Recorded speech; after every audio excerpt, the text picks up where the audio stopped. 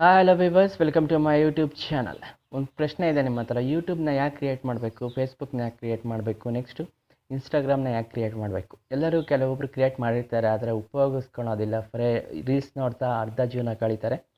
For example, ನಾವು ವರ್ಷದ ಇಡೀ ನೋಡ್ತಾ ಕಳೆಯೋದೇ ಬೇರೆ ವೀಡಿಯೋಸ್ನ ನೋಡಿ. ಯಾವತ್ತೂ ಕೂಡ ನಾವು ವೀಡಿಯೋಸ್ ಮಾಡಬೇಕು ಅಂತ ಅನಿಸುತ್ತೆ, ಆದರೆ ಏನು ಫ್ಯಾಮಿಲಿ ಏನು ಅನ್ಕೊಂತಾರೋ, ತಿರ್ಗಾ ಪಕ್ಕದವ್ರು ಏನು ಅನ್ಕೋರೋ ಅಂತ ಬೇರೆಯವ್ರ ಬಗ್ಗೆ ಚಿಂತೆ ಮಾಡಿ ನಾವು ಕ್ವಿಟ್ ಮಾಡ್ತೀವಿ. ಓಕೆನಾ? ಅದಕ್ಕೋಸ್ಕರ ಇವತ್ತು ಸಕ್ಸಸ್ ಸಿಗದೇ ಇರ್ಬೋದು, ನೀವು ಪ್ರಯತ್ನ ಮಾತ್ರ ಮಾಡಲೇಬೇಕು.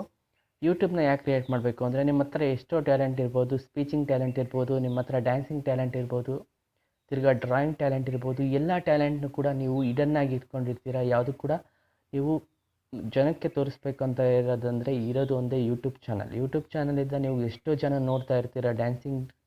ಬರೀ ಡ್ಯಾನ್ಸ್ ಮಾಡೇ ನಿಮಗೆ ಎಷ್ಟೋ ಪಾಪ್ಯುಲರ್ ಆಗಿ ಎಲ್ಲೆಲ್ಲೋ ಹೋಗಿ ಅವರು ಸಕ್ಸಸ್ ಆಗಿರ್ತಾರೆ. ನೀವು ಕೂಡ ನಿಮ್ಮ ಹತ್ರ ಡ್ಯಾನ್ಸಿಂಗ್ ಟ್ಯಾಲೆಂಟ್ ಇರ್ಬೋದು, ಡ್ರಾಯಿಂಗ್ ಟ್ಯಾಲೆಂಟ್ ಇರ್ಬೋದು, ನಿಮ್ಮ ಹತ್ರ ಸ್ಪೀಚ್ನ ಚೆನ್ನಾಗಿ ಕೊಡ್ತೀರಾ ಅಂತ ಇದ್ದರೆ ಎಲ್ಲನೂ ಕೂಡ ಯೂಸ್ ಮಾಡ್ಕೊಳ್ಳಿ. ಅದರಿಂದ ನೀವು ಕಂಟೆಂಟ್ನ ಕ್ರಿಯೇಟ್ ಮಾಡ್ತೀರಾ, ನಿಮಗೊಂದು ಇನ್ಕಮ್ ಬರೋಕ್ಕೆ ಜನರೇಟ್ ಆಗುತ್ತೆ.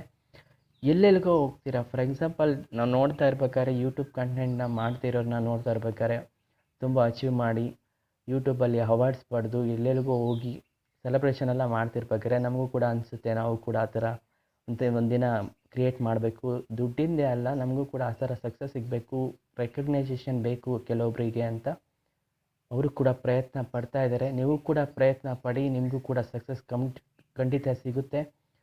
ಈ ವಿಡಿಯೋ ಇಷ್ಟ ಆದರೆ ಒಂದು ಲೈಕ್ ಮಾಡಿ, ಕಮೆಂಟ್ ಮಾಡಿ.